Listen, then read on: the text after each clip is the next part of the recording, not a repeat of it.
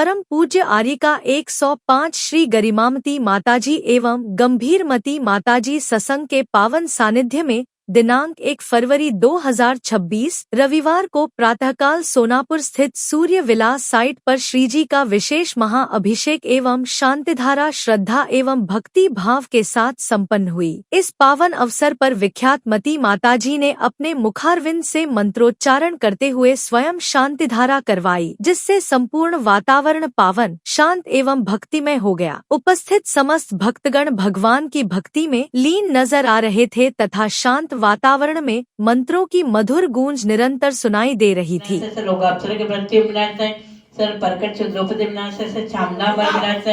ओम Ram रीम room रोम रहस्य अवसानमय आरिका गरिमामती माताजी नामदेश बसंत जी सुमन जी राज प्रियल पहाड़िया नामदेश sir परिवार से सर सेवका नाम सर पूजिका नाम सर भक्त नाम नामदेश सर शांति तुष्टि पिष्टि गुरु वचन नमः स्वाहा। ओम ह्रीं श्रीं क्लीं नमः मम सं तम मम मम हम सं सं तम तम पम पम जम जम जिम जिम चिम चिम द्रां द्रां द्रीं द्रीं द्रां द्रां ओम नमो भगवते श्रीमते पवित्रद श्री द्रागाय ओम नमो भगवते श्रीमते शिवासति शारदा सुखदेव पवित्र सर्वज्ञ रोग कुष्ठ रोग क्रूर रोग उच्च रक्तचाप रोग हृदय रोग मन रोग उदर रोग मधुमेह रोग पाल रोग रोग हाथ ही हाथ लगा लो। महेश मारे धान्य मारे वृक्ष मारे गुरु मारे भद्र मारे। अभिषेक एवं शांतिधारा संपन्न होने के पश्चात राज पहाड़िया ने जिज्ञासावश गुरुमाता से इस विशेष महाअभिषेक के महत्व एवं इससे होने वाले आध्यात्मिक लाभ के विषय में तथा वर्तमान सामाजिक परिस्थितियों में बढ़ रहे अंतर्जातीय विवाह विषय पर चिंता व्यक्त करते हुए प्रश्न किया। इस पर माताजी ने अत्यंत गंभीरता एवं करुणा के साथ ऐसे कार्यों से होने वाले दुष्परिणामों तथा उनके समाधान पर विस्तार पूर्वक एवं मार्गदर्शक रूप में प्रकाश डाला। शास्त्रों में पंचामृत अभिषेक का वर्णन आता है और पंचामृत अभिषेक में क्या क्या करना चाहिए, किस किस का अभिषेक करना चाहिए, उसका वर्णन पद्म पुराण आदि ग्रंथों में मिलता है। तिलय पन्नति ग्रंथ में भी लिखा है कि किस किस का अभिषेक करना चाहिए। पंचामृत अभिषेक में सबसे पहले जलाभिषेक और जलाभिषेक के बाद में शर्कराभिषेक, घृताभिषेक, दुग्धाभिषेक, दधि अभिषेक, सर्वौषधि, इस प्रकार और चतुष्कोण कलश करके चंदन लेपन करके पुष्प वृष्टि करके आरती उतार करके सुगंधित कलश अपन लोग करते हैं। उसका पूरा वर्णन पद्म पुराण में किस किस का अभिषेक करने से कैसा कैसा हमको पुण्य प्राप्त होता है और क्या क्या मिलता है। जैसे सुगंधित कलश से अभिषेक करने से आचार्य ने लिखा है कि सुगंधित शरीर प्राप्त होता है और सुगंधित शरीर किसका होता है, जो तीर्थंकर होते हैं उनका एक अतिशय होता है। तो ये जो पंचामृत अभिषेक किया जाता है वो शास्त्रोक्त प्रमाण है और शास्त्र की विधि से पंचामृत अभिषेक वर्तमान में अभी लोग कर रहे हैं। और परम पूज्य चारित्र चक्रवर्ती आचार्य शांति सागर जी महाराज की परंपरा में परम पूज्य वर्तमान पट्टाचार्य वर्धमान सागर जी महाराज की परंपरा में गणिनी प्रमुख आरिका सुपार्श्वती माता जी के संग में और उनकी परंपरा में पंचामृत अभिषेक निरंतर प्रतिदिन 365 दिन ही होता है। और उनकी जो भी क्रियाएं होती है उनके संगों में वो शास्त्रोक्त विधि से ही होती है और शास्त्र के अनुसार हम जो विधि करते हैं तो हमें आज्ञा सम्यक्त होता है और उसके अनुसार विधि करने से हमको सम्यक्त की प्राप्ति होती है। और जलाभिषेक करने से भी पुण्य का बंध होता है, पर पंचामृत अभिषेक करने से विशेष पुण्य का बंध होता है। और शांतिधारा करने से भी पुण्य बंध होता है, पर एक बृहद शांतिधारा करते हैं उसमें बहुत दीर्घ काल तक हम शांतिधारा करते हैं तो उसका भी फल विशेष पुण्य का उपार्जन करने के लिए होता है। और श्रावक उसी क्रिया में तत्पर रहता है कि जिस क्रिया में उसके विशेष पुण्य का बंध होता है। श्रावक के दो मुख्य कर्तव्य बताए, दान और पूजा। प्रातःकालीन उठ करके दान और पूजा विशेष रूप से करता है तो उसको विशेष फल की प्राप्ति होती है। यदि सम्यक पूर्वक दान पूजा किए जाते हैं तो चक्रवर्ती आदि पदों की प्राप्ति होती है। चक्रवर्ती का पद जिसको सम्यक उसको प्राप्त होता है और पूर्व में जिसने संयम को धारण किया है तभी उसको उत्तम भोग सामग्री की प्राप्ति होती है। और उत्तम भोग सामग्री की प्राप्ति के साथ साथ परंपरा से मुक्ति सुख को प्राप्त करने के लिए पंचामृत अभिषेक, शांतिदार आदि करने का विधान शास्त्रों में आता है और श्रावक की उत्तम क्रिया श्रावकों को करनी चाहिए। और यह विधि शास्त्रोक्त अनुसार एकदम सत्य है और परंपरा के अनुसार मुक्ति सुख को भी प्राप्त करने वाली है। तो आप सबको हमारा यही आशीर्वाद है कि आप लोग जब नित्य प्रतिदिन पंचामृत अभिषेक और शांति धारा करें और यदि अवसर नहीं प्राप्त होता है तो जहां जहां अवसर प्राप्त हो वहां पंचामृत अभिषेक और गृह शांति धारा करने का सौभाग्य अपने जीवन में प्राप्त करके इस मनुष्य जीवन की गरिमा को बढ़ाए और परंपरा से मुक्ति सुख को प्राप्त करे। और हमारा जो त्याग विख्यात और गंभीर जो जैन धर्म है उसके उन्नति करने में अपना योगदान हो, इसी मंगल भावना के साथ यही है कि पंचामृत अभिषेक शास्त्रोक्त है और जो संघ करते हैं वो शास्त्रोक्त विधि के अनुसार ही अपना अनुसरण कर रहे हैं। उस श्रद्धा को रखते हुए अपने जीवन को धर्म में लगाना चाहिए। राज पहाड़ियों को बहुत बहुत मंगल आशीर्वाद कि ये शास्त्र के अनुसार विधि करता रहे और उत्तम श्रावक बनने का पुरुषार्थ इसके अंदर जागृत रहे, इसी मंगल कामना मंगल। और मन में मेरी जिज्ञासा है, आज के समय में मैंने और भी साधुओं के साथ, चाहे आचार्य भगवान जो भी मतलब साधु है, उनके साथ मेरा क्वेश्चन प्रश्न रहता है। आज के समय में मुख्य रूप से जो एक हम कैंसर रूपी बीमारी उसको बोल सकते हैं, जो बीजातीय विवाह हमारे समाज के अंदर जिस तेज गति से बढ़ रहा है, जिस पे हमें कंट्रोल करना चाहिए। तो माता जी, मैं आपके माध्यम से सब युवाओं को कुछ संदेश देना चाहता हूँ कि हमें इससे कैसे दूर रहें और इससे हमें क्या क्या हानि हो सकती है। क्योंकि आज ये सबको लगता है कि बीजातीय विवाह क्या है, वो भी ये है, हम लोग सब एक इंसान ही तो है, हम आपस में शादी कर सकते हैं, पर उन्हें नहीं पता कि इससे धर्म की कितनी बड़ी क्षति हो रही है, ना कि हमें पंथवाद से क्षति हो रही है। सबसे बड़ी जो क्षति हो रही है हमें बीजातीय विवाह से हो रही है। तो हमें समाज में इसे कड़ा मैसेज देना चाहिए और इस पे एक प्रतिबंध लगाना चाहिए। आचार्यों ने कहा है कि सप्त परम स्थान होते हैं और उस सप्त परम स्थान में सबसे पहला स्थान होता है सज्जातित्व। आज के परिप्रेक्ष्य में हमारे समाज में सबसे बड़ी कमी यही हो रही है कि हमने धर्म को और जाति को एक समझ रखा है। हमारा धर्म जैन धर्म है, हमारी जाति जो भी खंडेलवाल, उम्मड़, नागदा, नरसिंहपुरा, मेवाड़ा, ये सब हमारी जातियां हैं और ये जातियां 84 प्रकार की होती है और हमारे गोत्र जो होते हैं वो अलग होते हैं। जैसे अग्रवाल भी एक जाति है, पोरवाल भी एक जाति है। तो हमने क्या सोच रखा है कि जाति और धर्म को हमने मिक्सअप कर दिया। जैन हमारा एक धर्म है, जैन धर्म को कोई भी स्वीकार कर सकता है। हमारे 24 तीर्थंकर तो क्षत्रिय ही थे, वैश्य, ब्राह्मण, क्षत्रिय और शूद्र, ये 4 वर्ण होते हैं और ये 4 वर्णों में हम जैन धर्म को कोई भी वर्ण स्वीकार कर सकता है।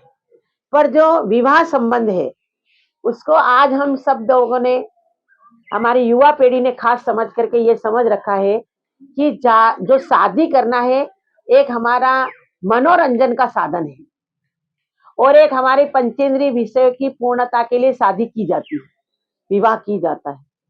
पर विवाह करना ये एक मनोरंजन का एक संबंध नहीं है, ये संबंध धार्मिक संबंध है। और हमारे तीर्थंकरों की वाणी में जो श्रावक धर्म का, गृहस्थ धर्म का जो विवेचन किया और उनकी वाणी में जो खिरा, तो विवाह के बिना श्रावक धर्म का भी पालन नहीं हो सकता है और श्रमण परंपरा का भी पालन नहीं हो सकता है। यदि आप सत जातित्व से किसी बच्चे को जन्म नहीं देंगे तो वो दीक्षा लेने के योग्य नहीं होता है। दीक्षा कोई नहीं लेगा तो मुक्ति को प्राप्त कैसे होगा? तो हमारी ये परंपरा ही लुप्त हो जाएगी।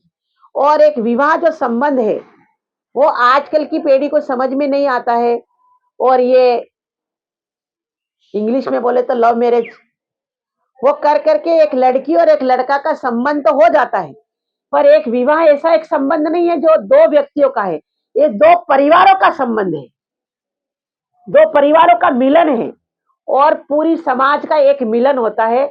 आज ये युवा पीढ़ी उसको भूल गई, खाली एक लड़का खुश है और एक लड़की खुश है, उसी में वो अपनी परंपरा को, अपनी जातित्व को, अपने धर्म को भूल करके एक विवाह संबंध हो रहा है। ये आगे जाकर के, और एक सीधी सी बात है कि हमने नीच कुल में यदि हमने कोई काम किया है तो नीच कुल वाला उच्च कुली नहीं बन सकता है और उच्च कुल वाला नीच कुली नहीं हो सकता है। ये हमारा मन का वहम है कि हम, और सीधी सी बात है कि बड़ा व्यक्ति को छोटे व्यक्ति के अनुसार बन नहीं सकता है और छोटा व्यक्ति बड़ा व्यक्ति नहीं बन।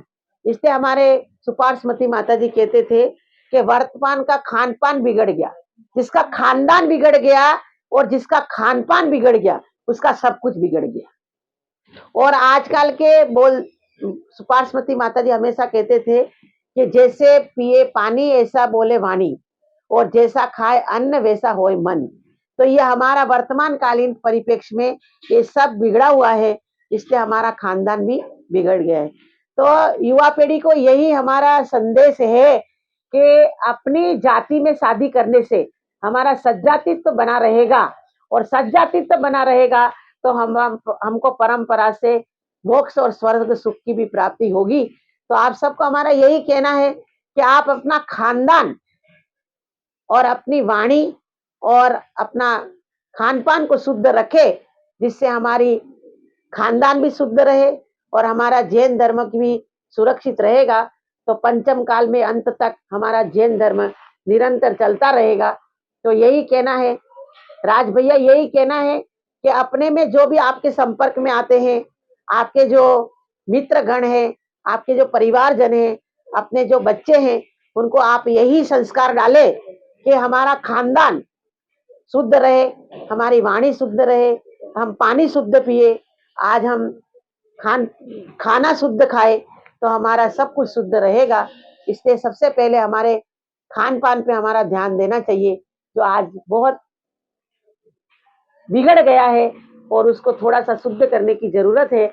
और ये हमारे समाज में सबसे बड़ा ये होना चाहिए कि जो ऐसी कोई शादी करके लाता है तो उसको अपने समाज से बाहर, या जो भी उनको पनिशमेंट करना पड़ता है वो करना चाहिए, जिससे आगे करने वाले को भी ये संदेश मिले कि हमारे साथ भी ऐसा व्यवहार हो सकता है। तो थोड़ा समाज में ये रीति रिवाज जो भी हो रहे वो थोड़ा कम होने की संभावना है। बाकी जिनेंद्र भगवान की वाणी में जो खीरा है वो तो होके ही रहता है। अपना पुरुषार्थ करने का काम है, अपन सबको मिल करके यही पुरुषार्थ करना चाहिए कि हमारी युवा पीढ़ी सच जातित्व में शादी करे और अपना जैन धर्म दीर्घकालीन तक चलता रहे। ऐसा पुरुषार्थ हम सबको जागृत हो और यही पुरुषार्थ करना चाहिए। तत्पश्चात प्रातः 11 बजे माताजी एवं सत्संग की आहारचर्या प्रारंभ हुई।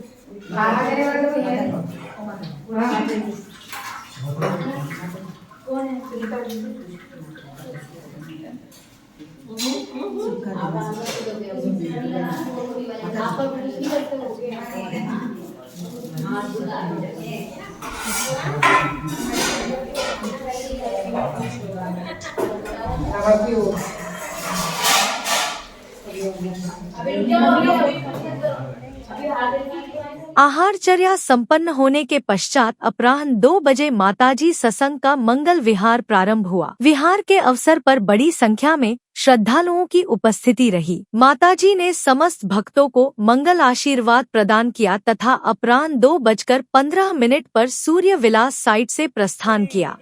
सबके लिए एक अच्छा माहौल रहेगा माता जी।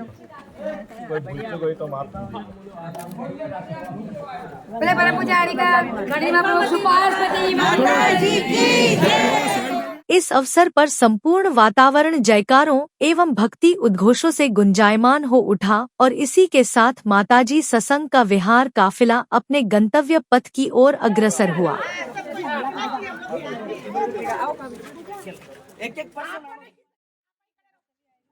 वीडियो आगे जाइए आगे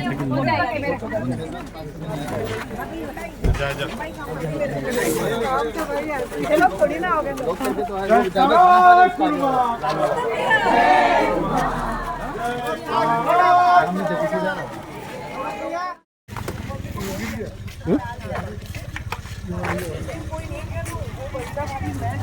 लोग 2-3 जन मम्मी है हम लोग आएंगे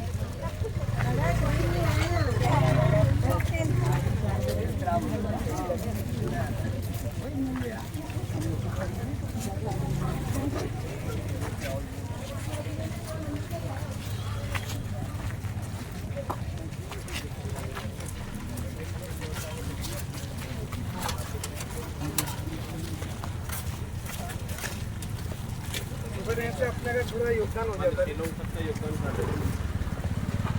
उसके बाद